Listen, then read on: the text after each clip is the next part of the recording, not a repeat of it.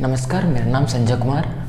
आज हम साबुन की निर्माण विधि पढ़ेंगे और इससे अगली वीडियो में हम साबुन की विशेषताएं पढ़ेंगे और तथा जो अच्छे साबुन होते हैं उनके बारे में पढ़ेंगे। इसके साथ साथ अपमार्जक क्या होते हैं उनके बारे में पढ़ेंगे। ठीक है, तो आइए समझ लीजिए जो साबुन की निर्माण विधि है उसके बारे में पढ़ेंगे। तो साबुन जो होता है वो बनता कैसे वो पढ़ेंगे, प्लस इसकी रिएक्शन पढ़ेंगे। ठीक है, रिएक्शन हम बहुत शॉर्टकट तरीके से इसे याद कर लेंगे, होगी बहुत बड़ी लेकिन बहुत शॉर्टकट तरीके से याद कर लेंगे। तो देखो कोई नहीं, जो साबुन की निर्माण विधि है उसमें होता क्या है कि इसमें बसा अम्लों के जो ग्लिसरॉल एस्टर होते हैं। सही है, अब बसा अम्लों के ग्लिसरॉल एस्टर क्या बवाल है। सही, तो उसे बवाल को समझ लो। देखो जो बसा अम्लों के ग्लिसरॉल होते हैं जैसे कि तेल, ठीक है, बसा या फिर मोम, तो ये जो पदार्थ होते हैं जी क्या कहलाते हैं, आपके बसा अम्लों के ग्लिसरॉल कहलाते हैं। सही है, बसा अम्लों के ग्लिसरॉल एस्टर कहलाते हैं, ये ध्यान रखना। तो होता क्या है कि जब इनके साथ, ठीक है, इनके साथ हम क्या करें, सोडियम हाइड्रोक्साइड या पोटेशियम हाइड्रोक्साइड को गर्म कर दें। ठीक है, या सोडियम हाइड्रोक्साइड या पोटेशियम हाइड्रोक्साइड को जब हम बसा अम्लों के ग्लिसरॉल एस्टरों को, ठीक है, या हम बसा अम्लों के ग्लिसरॉल एस्टर ना बोलकर हम बोल सकते हैं तैलीय या बसीय या मोम युक्त पदार्थों को जब हम सोडियम हाइड्रोक्साइड या पोटेशियम हाइड्रोक्साइड के साथ गर्म करते हैं, सही है, के साथ गर्म करते हैं तो साबुन का निर्माण होता है। और देखो एक और चीज़, जो पूरी जो प्रक्रिया होती है, मतलब जिसमें से आपको साबुन प्राप्त होता है, उस प्रक्रिया को हम बोलते हैं साबुनीकरण। तो हम अगर कोई पूछे हमसे कि साबुनीकरण से आप क्या समझते हैं, या साबुनीकरण की परिभाषा लिखिए या साबुनीकरण को परिभाषित कीजिए। सही है, तो कोई समस्या नहीं, आप बोल सकते हो कि जिस प्रक्रिया से साबुन का निर्माण होता है उस प्रक्रिया को हम साबुनीकरण कहते हैं। ठीक है, या बोल सकते हो कि बसा अम्लों के जो ग्लिसरॉल होते हैं तो उनको जब हम सोडियम हाइड्रोक्साइड या पोटेशियम हाइड्रोक्साइड के साथ गर्म करते हैं तो यह जो प्रक्रिया होती है वो साबुनीकरण कहलाती है। ठीक है, और इसमें जो प्राप्त होता है पदार्थ या उत्पाद जो प्राप्त होता है उसे हम साबुन कहते हैं। सही, ये चीज़ ध्यान रखना। इस पूरी प्रक्रिया को बोलते हैं साबुनीकरण, ये टर्मिनोलॉजी ध्यान रखनी है। देखो कोई समस्या नहीं। अब देखो है क्या, यहाँ पर ग्लिसरॉल यूज करा।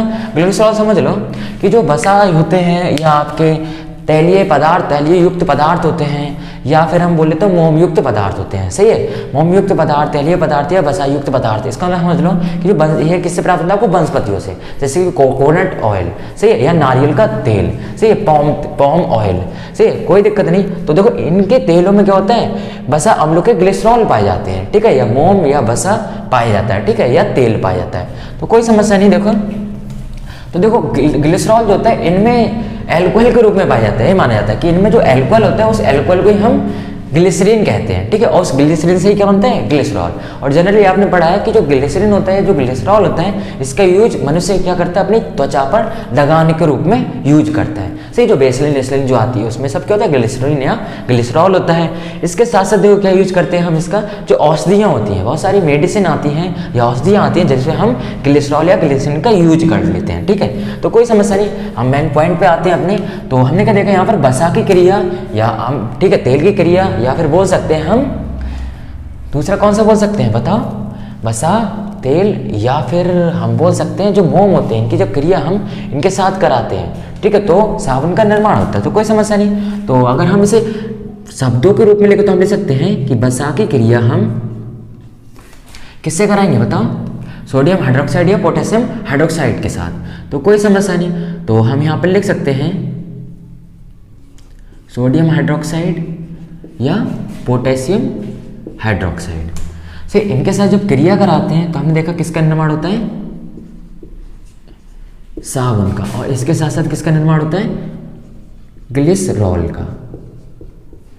ये चीज आपको ध्यान रखनी है। सही है कि साबुन और ग्लिसरॉल का निर्माण होता है जब हम बसा और सोडियम हाइड्रोक्साइड या पोटेशियम हाइड्रोक्साइड की क्रिया कराते हैं तब। अब देखो समझ लो, जो बसा होता है इसका फॉर्मूला क्या होता है वो देखो। तो इसका जो फॉर्मूला होता है वो होता है CH2 और फिर होता है OCO और फिर होता है C17 और इसके साथ साथ होता है C17H35। ठीक है, अब देखो इसे ध्यान कैसे रखेंगे वो देखो। इसे हम ध्यान रखेंगे CH2 होता है, ठीक है, CH2 होता है, उसके साथ क्या होता है OCO, OCO को पढ़ लो OCO, और फिर 1735 होता है, मतलब C17 होता है और H35 है। क्या बोलोगे, CH2 होता है, OCO होता है और 17 होता है और H35 होता है, ठीक है, ध्यान रखना। अब देखो इसी के साथ साथ एक सिंगल बॉन्ड होता है, उससे एक कार्बन जुड़ा रहता है। बकाया करना क्या है वो देखो, सेकंड मतलब 3 लाइनें बनती है इस तरह की, तो दूसरी लाइन ये हो जाएगी। तो दूसरी लाइन में क्या करोगे, यहाँ पर जो 2 लिखा है इस 2 को ना लिखोगे, बस बकाया आप वैसे छाप दोगे C17H35। देखो थर्ड जो लाइन होगी उसमें क्या बनेगा, उसमें जो फर्स्ट में लिखा होगा वही थर्ड में लिखा जाएगा, मतलब CH2OCO और फिर C17H35। सही है। तो हमने क्या देखा, और ये फॉर्मूला जो होता है वो किसका फॉर्मूला होता है, आपका बसा का। सही, ध्यान रखना, ये फॉर्मूला किसका होता है, बसा का। तो हमने क्या देखा, बसा का फॉर्मूला क्या होता है कि CH2O C17H35। क्या बोलेंगे, CH2O C17H35। फिर हम पता दूसरी वाली लाइन में क्या होता है, बस CH2 में जो 2 आता है वो हटा देते हैं, बकाया सेम रहता है, मतलब CHOCO और फिर C17H35। और थर्ड में क्या होता है, जो फर्स्ट में होता है भाई थर्ड में होता है, मतलब CH2OCO और C17H35, ठीक है। और जी किसका फॉर्मूला था, बसा का, क्योंकि बसा की क्रिया कैसे कराएंगे हम, NaOH या किसे कराएंगे, KOH।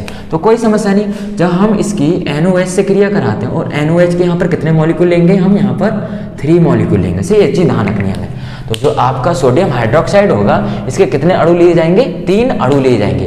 तो इन 3 अणुओं के साथ जब बसा को गर्म करते हैं तो हमने देखा किसका निर्माण होगा, तो किसका निर्माण होगा, साबुन और ग्लिसरॉल का। तो ग्लिसरॉल और साबुन को कैसे ध्यान रखोगे, तो यहाँ पर थोड़ा सा ध्यान से देखो, CH2 आ रहा है, CH आ रहा है और CH2 आ रहा है। सही है। और फिर यहाँ पर देखो OCO C17 और H35, OCO C17H35, इसी तरह OCO और फिर C17H35, ठीक है। इतना पोर्शन देखो अलग है और इतना पोर्शन अलग मानेंगे हम, तो कोई समस्या नहीं। देखो तो हमें पहले ग्लिसरॉल लिखना होगा यहाँ पर, तो अगर हम लिखे यहाँ पर ग्लिसरॉल, तो ग्लिसरॉल कैसे लिखेंगे कि यहाँ जो भी CH2 होगा, सही, उसे लिख लो। फिर एक सिंगल लाइन बनाओ, दूसरे वाले में क्या लिखा है CH, उसे छाप लो। फिर इसका थर्ड वाले में क्या लिखा है CH2, उसे छाप लिया। अब देखो करना क्या वो देखो, हमें पता है यहाँ पर 3NaOH है, ठीक है, 3NaOH। इसका मतलब क्या है कि 3 Na है और 3 OH है। तो होता है क्या वो देखो, यहाँ पर जो 3 OH है वो क्या करते हैं, बारी बारी से एक एक करके बढ़ जाते हैं, मतलब 3OH जो है, एक OH इसके पास आएगा, एक OH इसके पास आएगा, एक OH इसके पास आएगा, कुल कितने थे, 3, और तीनों क्या जाएंगे, बढ़ जाएंगे। तो हम बोल सकते हैं यहाँ पर एक OH इसके पास आएगा, यानी CH2OH बन जाएगा, ऐसे यहाँ पर CHOH बन जाएगा, ऐसे यहाँ पर CH2 और OH बन जाएगा। और जो यह प्राप्त होता है इसी को हम क्या बोलते हैं, ग्लिसरॉल। सही, इसी का नाम क्या होता है, ग्लिसरॉल। ये चीज़ ध्यान रखना। तो हम देखा ग्लिसरॉल का फॉर्मूला प्राप्त हो गया हमें, या ग्लिसरॉल प्राप्त हो गया। अब इसके साथ साथ देखो अब हमें क्या बनाना है, साबुन। सही है, ये किसका फॉर्मूला, ग्लिसरॉल का। अब देखो साबुन बनाने के लिए क्या करेंगे वो देखो, हमें पता है यहाँ पर कुछ बचा, OCO C17H35, OCO C17H35, OCO C17H35, या फिर हम बोल सकते हैं 3। भाई यहाँ पर क्या है, कितनी बार आए, 3 बार आए हैं। और देखो एक और चीज़, यहाँ पर 3 बार कौन बच गया है, Na। तो हम देखा 3 Na है और 3 OCO C17H35 है। तो हम बोल सकते हैं 3 Na OCO C17H35 से रिएक्शन कर लेगा। सही है। तो देखो है क्या वो देखो, इसे लिखने से पहले एक और चीज़ ध्यान रखना, जो OCO C17H35 है, जब वहाँ पर साबुन का लिखेंगे तो हमें ध्यान रखना है, हम पहले लिखेंगे C17H35 और इसे सही कर लेंगे। इसे मानेंगे हम C लिखा है और JOO। ध्यान रखना, C17H35 पहले लिखेंगे, फिर C लिखेंगे, फिर DOO लिखेंगे। उसके बाद देखो यहाँ पर जो Na बचा है वो लिख देंगे।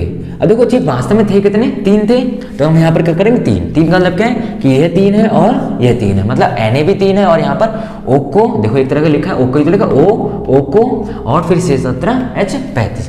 तो और यही क्या होता है, आपका साबुन होता है। तो कोई समस्या नहीं, तो हम यहाँ पर यही लिखने वाले हैं। तो हम यहाँ पर क्या लिखेंगे वो देखो, तो हम यहाँ लिखेंगे 3C17H35 और फिर क्या लिखेंगे COONA।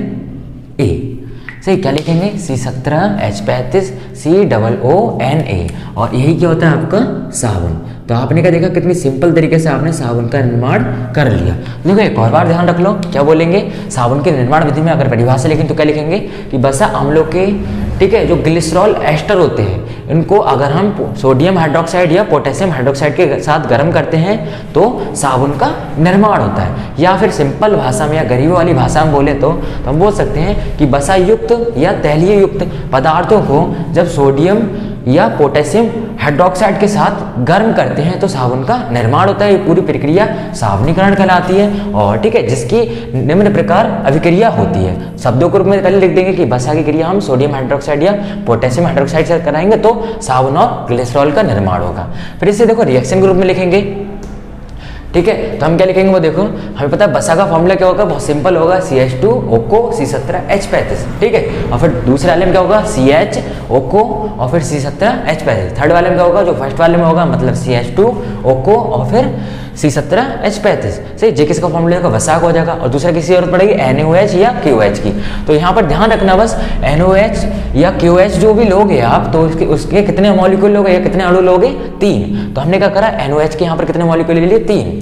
अब इनकी जब क्रिया कराएंगे जब इससे, ठीक है, तो हमें ध्यान रखना है क्रिया कराते समय भी, भाई यहाँ पर CH2 लिखा है या CH लिखा है या CH2 लिखा है, तो इन्हें पहले लिख लिया CH2 CH CH2।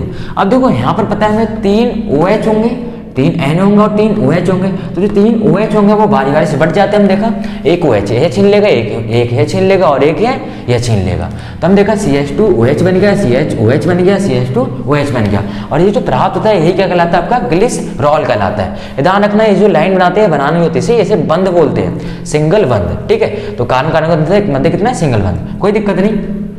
तो हम देखो ये जो प्राप्त हुआ इसे क्या कहते हैं, हम ग्लिसरॉल कहते हैं और इसको ग्लिसरीन भी बोलते हैं। सही है, अब देखो है क्या, इसके अलावा कुछ और ही बचा। हम देखा यहाँ पर क्या बचा, ये तो गायब हो गया। तो गायब होने का क्या बचा, OCO C17H35। ठीक है, OCO C17H35। ध्यान से देखो जी कति सेम दिखाई दे रहा है, तीनों में सेम है। ठीक है, तीनों में सेम है तो हम बोल सकते हैं 3, इसे भाई 3 लगा सकते हैं और एक बार इसे लिख सकते हैं। जैसे सपोज करो कोई Na है, कोई कह रहा है Na 3 लिखना है, तो आप आगे 3 लिख दो। इसका क्या है, Na कितना हो गए, 3 हो गए। तो ऐसे यहाँ पर इसे 3 लिखना है तो इसके आगे 3 लिख देंगे हम। अब देखो एक और चीज़, इसे लिखने से पहले हम क्या करते हैं, इसे सही करके लिखते हैं। तो पहले C17 को लिखते हैं और फिर H35 को लिखते हैं और फिर उसका C लिखते हैं और फिर O लिखते हैं। सही है, C17 लिखते हैं, H35 लिखते हैं और CO लिखते हैं। और जो यहाँ पर Na 3 थे वो लिख देते हैं। अब देखो हमें पता है Na भी 3 है और ये भी 3 थे, तो इसीलिए हम इसके पहले 3 बना देते हैं। सही है, और ये किसका फॉर्मूला जाता है, आपका साबुन का फॉर्मूला जाता है। तो हमने यहाँ पर यही करा है, हमने क्या लिखा 3C17H35 COONA, और ये क्या होता है, आपका साबुन होता है। ठीक है, तो इस प्रकार आपने क्या करा, साबुन की निर्माण विधि सीख ली। ठीक है, हाँ, इसे नोट कर लो या स्क्रीनशॉट ले लो।